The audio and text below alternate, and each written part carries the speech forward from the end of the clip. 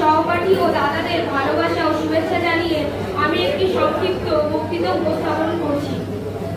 জীবনে চলার পথে দুটো বিষয় অত্যন্ত গুরুত্বপূর্ণ, একটা শিক্ষা, অপরটি দীক্ষা। শিক্ষা আসে পরিবারের তরফ থেকে আর শিক্ষা আসে শিক্ষকের তরফে, ফলে জীবনে চলার পথ আরো সহজ হয়ে ওঠে। প্রকৃতপক্ষে শিক্ষক দিবসের উদ্দেশ্য হল শিক্ষকদের সঙ্গে শিক্ষার্থীদের পারস্পরিক স্নেহের বন্ধনকে আরো দৃঢ় করা। আমার মনে হয় এই সম্পর্ক ধীরে ধীরে শিথিল হয়ে যাচ্ছে। আমরা আমাদের জীবনে যতই বড় এবং সফল হই না কেন, আমাদের কখনোই শিক্ষককে ভুলে যাওয়া উচিত নয়। কারণ একজন শিক্ষক সর্বদা একটি গাছের মতো তার ছাত্রদের ওপর স্নেহের ছায়া বজায় রাখে। একটি আদর্শ শিক্ষক একটি নতুন জীবন দান করে।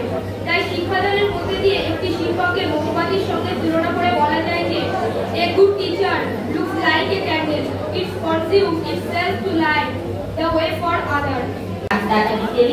সেই লাজুক রোদ্দুর যা আমার জামুনের পাতায় জানাকি অল্প হাসির মতো। আমরা যে মাস্টার হয়েছি, কেউ ডাক্তার, কেউ উকিল, অমন কাছে রোদ্দুর হতে পারে না। সে এখন অন্ধকার একটা ছাপাখানায় কাজ করে। মাঝে মাঝে আমার সঙ্গে দেখা করতে আসে, চা খায়, এটা ওটা গল্প করে, তারপর বলে উঠি তাহলে।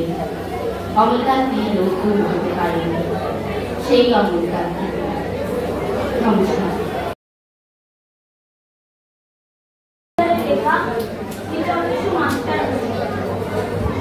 কেমন আছেন আপনি? কেমন আছেন আপনারা? মোটা প্রেমের চশমার আড়ালে ওই চোখ দুটো ভালো আছে তো? ওই চোখ দুটো ছিল দুর্দান্ত, যার সামনে আমাদের সমস্ত লুকোচাপা ধরা পড়ে যেত অনায়াসে। আপনার হাতের লাঠিটা ভালো আছে তো মাস্টার মশাই, নাকি হারিয়ে যাচ্ছে ক্রমশ? এখনো আপনি পড়াতে পড়াতে ঘুমিয়ে পড়েন হাতের মতো? দুটো অঙ্ক করতে দিয়ে দু চোখ বুঝে আসতে চায় এখনো? আমরা কত এসেছি, কত বিক্ষুরি কেটেছি আর কিন্তু কখনো বুঝতে চাই মাস্টার মশাইরাও তো মানুষ। সকালে প্রেয়ারের লাইনে শুরু হতো আপনাদের কথা, লাইন করে দাঁড়াও, লাইনে দাঁড়াও, নখ কাটুনি কেন, জুতো নোংরা কেন, পরিষ্কার ড্রেস পরে আসবে। তারপর বাংলা, ইতিহাস, অঙ্ক, ভূগোল পড়া পড়া আর পড়া। যখন ধর্ম করে বন্ধ হলো দোকান, তখন আপনি বলেছিলেন, ওরে বেটা, আগে মানুষ হয়ে দেখা। শিবু আর মহিমের রক্ত কি আলাদা রে? বন্ধুরা আবার জাত হয় না?